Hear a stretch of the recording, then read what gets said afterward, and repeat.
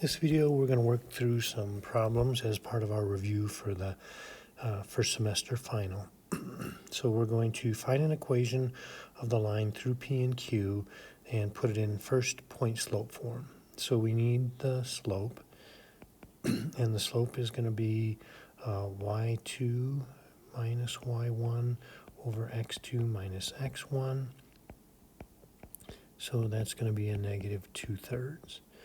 Then we're going to take either one of those points, so we can either say y minus 1 is negative 2/3 times x minus 1, that would be a correct answer, or we can say y minus 3 is equal to negative 2/3 times x plus 2. Those are both correct answers to part A.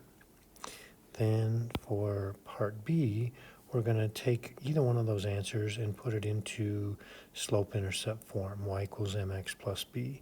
So I'm just going to pick that first one, y minus 1 equals, I'm going to distribute that negative 2/3, that's negative 2/3 x plus 2/3, and then we're going to add 1 to the 2/3, and that's 3/3 plus 2/3 makes that 5/3.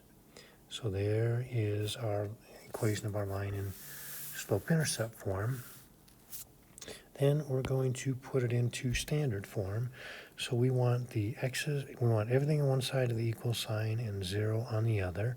So I'm just going to subtract the y to the other side. So that's negative 2/3 x minus y, whoops, that's going to be a plus 5/3.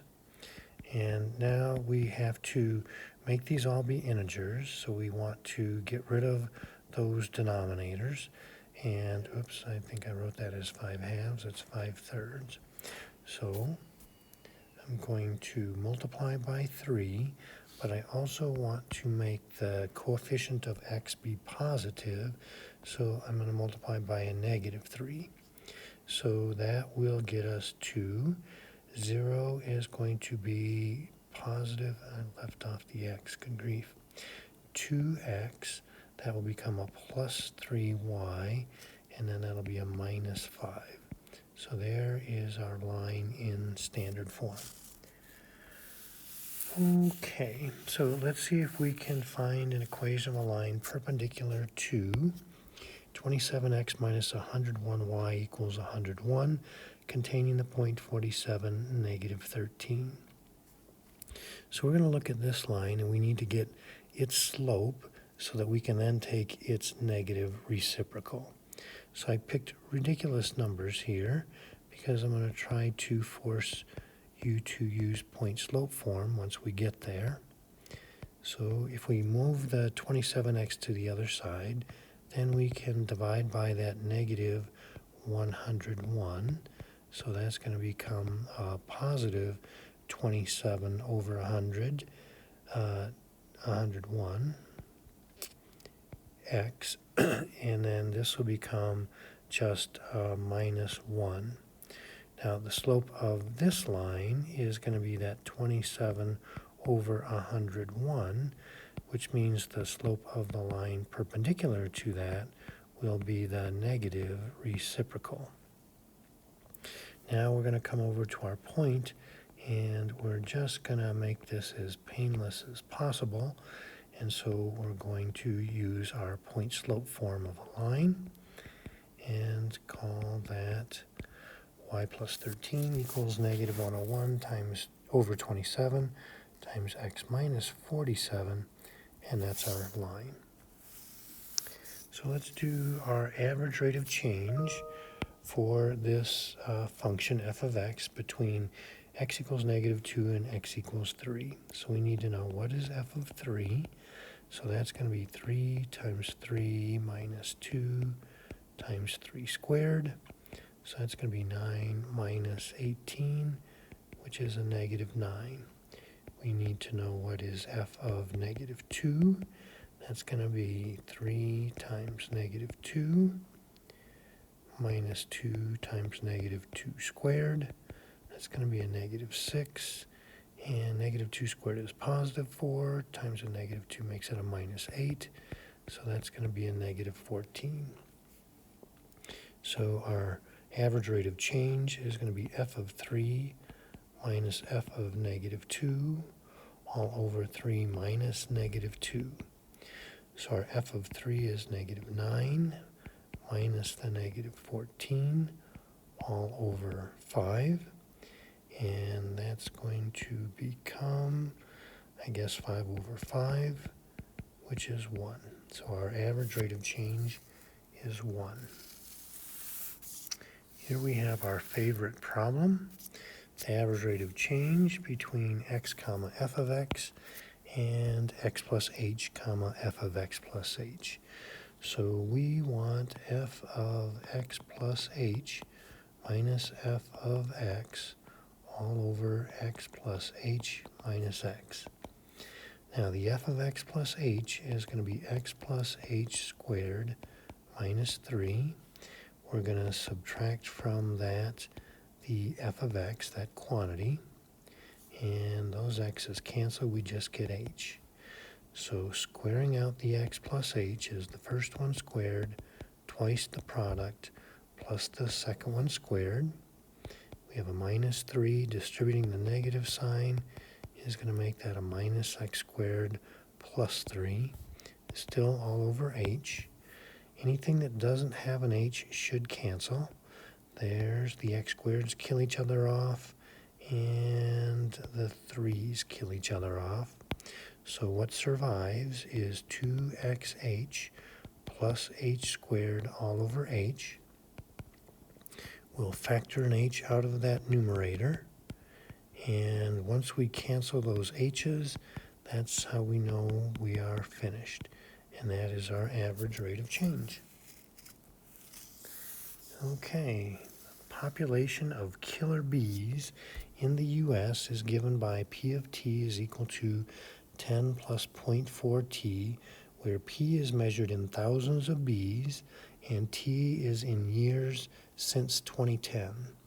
And we're supposed to use correct units. The meaning of B, well, 10 is our B, but what that means in this context is that when T is 0 at time 0, so in 2010, there were, and the 10, remember, is measured in thousands of bees, there were 10,000 killer bees in the U.S. And interpret the meaning of M. M is our 0.4. Now remember, that's going to be our rate of change of the y in terms of t. So 0.4, that's going to be 0.4 thousand, so that's going to be that the bee population is increasing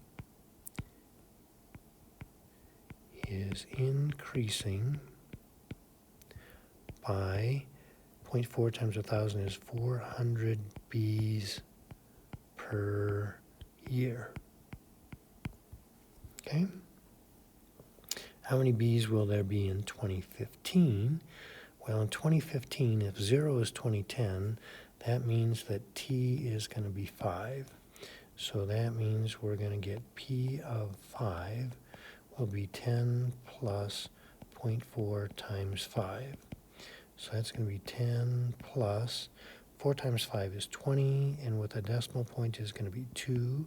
So that means there will be 12,000 bees in 2015. When will there be 20,000 bees?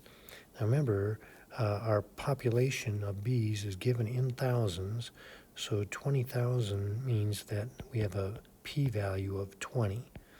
So we're going to get 20 is equal to 10 plus 0.4 t. So subtracting 10 is going to get us to 0.4 t equals 10. If we divide by 0.4, we can multiply top and bottom by 10 to move that decimal over, and we know that 100 divided by 4 is 25.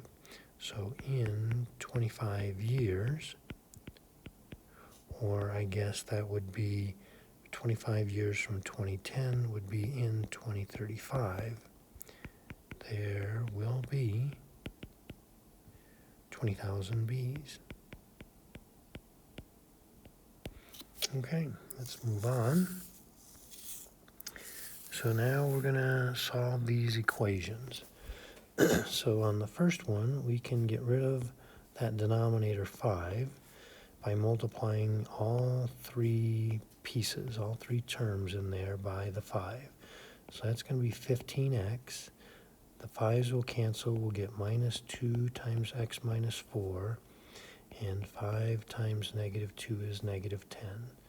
So 15x minus 2x plus 8 is negative 10. So it looks like 13x is equal to negative, whoops, if we subtract 8 from negative 10, I think that'll be a negative 18. So our x is going to be negative 18/13. That will work. The second one, we're going to start inside and work our way out. So we're not ready for this stuff yet. The negative 5 times 3 is a minus 15. Negative 5 times negative 4x is a plus 20x. And we can combine like terms inside those brackets. It's going to make that 22x minus 15 is 12. We can distribute that negative sign. And so we will get 3x minus 22x is negative 19x. If we subtract the 15 from the 12, we'll get negative 3. And so our final answer is going to be x is 3/19. Now, we could multiply this out and then make it equal to 0 and either factor or use quadratic formula. But in this form, I think it works out really nicely if you just get the squared term by itself. So if we add 11, and then we can divide by the 3, now when we square root both sides, we want all possible square roots of 4. And then if we add 2 to that, we're going to get 2 plus 2 is 4, and 2 minus 2 is 0. So those are our two answers. On the next one, going across, we need to make it equal to 0 first. We can do our box and diamond. Let's see if I can do this. The diamond is we're going to multiply those and get negative 12. And we have a 1x here. So if you want, we can think of that as 12x squared. We need what multiplies to be negative 12x squared and adds to be 1x. And I think that's going to be a 4x and a minus 3x. So going to our box, we can put our 2x squared in one corner and our minus 6 in the other, and a 4x and a minus 3x in either of the other diagonals. Looks like we have a 2x as a common factor here. Times x would give us the 2x squared, and times a plus 2 will give us 4x, and times a minus 3 will give us negative 3x, and the 2 and negative 3 do give us negative 6. So our factorization is going to be x plus 2 times 2x minus 3 is 0. So either x plus 2 is 0 or 2x minus 3 is 0, which means x will be either negative 2 or a positive 3/2. And those are our answers. We can try to factor this one, but it won't. So we're going to be forced to use the quadratic formula. That's negative b plus or minus the square root of b squared minus 4ac all over 2a. So that'll be a negative 4 plus or minus. Let's see, the two negatives make that a plus. 16 plus 8 is 24. So we can call that negative 4 over 2. We can think of square root of 24 as square root of 4 times square root of 6, which will make that be 2 square root of 6. we can reduce and call that a negative 2 plus or minus square root of 6, and those are our solutions. On F, we're going to solve for y. So we've got two different terms with y in them. So I'm going to bring them to the right side. So we can add that 3y to the right side and, and subtract the 5 over to the left side. Then we can factor the y out of the right side and then divide that over to the left side, and that's going to be our answer. Okay. All right, we're going to work with this parabola, and we want to find the vertex, y-intercept, symmetric point, x-intercepts, and axis of symmetry. So you can find the vertex a couple of ways. I like to go negative b over 2a. So that's going to be negative b will be a positive 2. 2 times 1 is 2, so that makes the x-coordinate of our vertex 1. If we plug that in, we're going to get 1 squared minus 2 times 1 minus 3 will make that be a negative 4. So our parabola is going to have a vertex at 1, negative 4. The y-intercept, we're going to plug in 0. And so if we plug in 0, we'll get 0, negative 3. So our y-intercept is 0, negative 3. That means using the symmetry of the parabola on the other side of the vertex from our y-intercept, there must be a point here that's going to be 2, negative 3.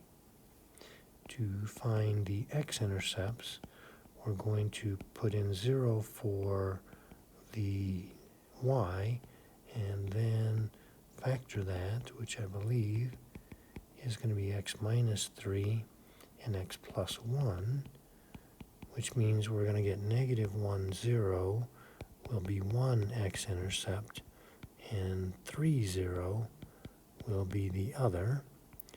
That gives us a fairly precisely drawn parabola, and our axis of symmetry is going to be that vertical line that goes through the vertex, which is x equals 1.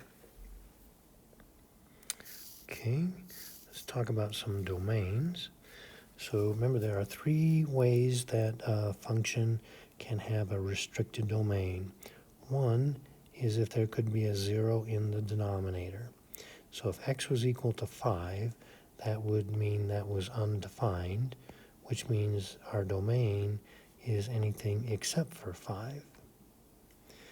A radical inside a square root or a fourth root or an even root, we have to make sure that that what the result is greater than or equal to 0.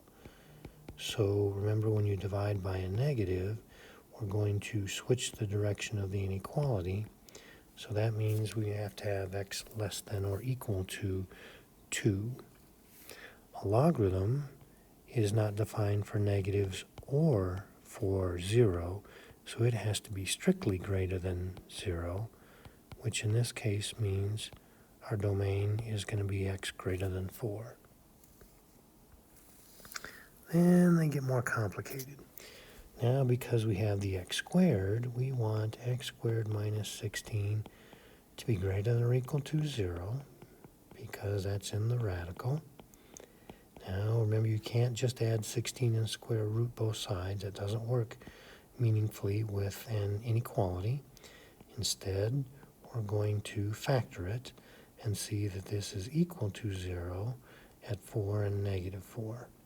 So those are in the domain because the square root of 0 is defined. If I plug in something like a negative 5, then this will be negative times negative is positive. That is going to be then in our domain. If I plug in something like 0, we get a negative times a positive, which is a negative. So there are no values of x between negative 4 and 4 that are in the domain. If I plug in something like 5, these are both positive, and so this 2 is going to be part of our domain. So we write our domain in two separate pieces. X is less than or equal to negative 4, or x is greater than or equal to positive 4. Now, for the fraction, similar to what we did with the quadratic here in the radical, this can change sign when the numerator is 0, which is at negative 3, and that would make it equal to 0, which is defined. It can also change signs when it is undefined, which will happen when x is equal to 1, and we get a 0 in the denominator. If we plug in something like negative 4, the numerator is negative, the denominator is 1 minus negative 4 would be positive, and a negative divided by a positive is going to be negative, and so that means that is not in the domain. If I put in, say, 0, then we get a positive numerator and a positive denominator. That will be positive, and so is in the domain. If I plug in something like 2, we'll get a positive numerator, but that'll be a negative denominator, and so that is not included in the domain. So in this case, our domain will be from negative 3 to 1, including the negative 3, but not including the 1. Now, the next one, h, we say, is there anything that will make the denominator be 0? And we say no, because there's no denominator. Is there anything that would give us a negative inside an even root radical? And the answer is no, because there is no radical. Is there anything that could make a logarithm negative or 0? And the answer is no, because there is no logarithm. Those are the only three things that can go wrong. None of them go wrong, so our domain is all real numbers. Okay, let's see if we can graph this piecewise function. So we're going to say that this part right here is going to be a V that opens down and has vertex at negative 2, positive 1. So this is defined for x less than 0. So I'm going to go everywhere to the left, but I'm going to cut this off when we get to 0. When x is 0, we're going to get 0 plus 2 is 2. The absolute value of 2 is still 2. Negative of that is negative 2 plus 1 is negative 1. And that's going to end in an open circle because of the strict inequality. So there's the first branch. Now we get a straight line from 0 to 2. So I'm going to plug in the endpoints to get the beginning and end of our straight line. When we plug in 0, we get negative 1. So that's going to fill in the open circle here. And so 0, negative 1 is the starting point of our line. When we plug in 2 for x, we're going to get positive 1. That also is going to be a solid dot. So we get that piece of a line there. Then we switch to a parabola. It's going to open up, and its vertex is going to be at 3. So it's going to do something like that, and then I need to know where does it end. So when we plug in 2, 2 minus 3 is negative 1. Negative 1 squared is positive 1. So that open circle is going to exactly connect with that solid dot, and so our graph is all connected, or we would say continuous.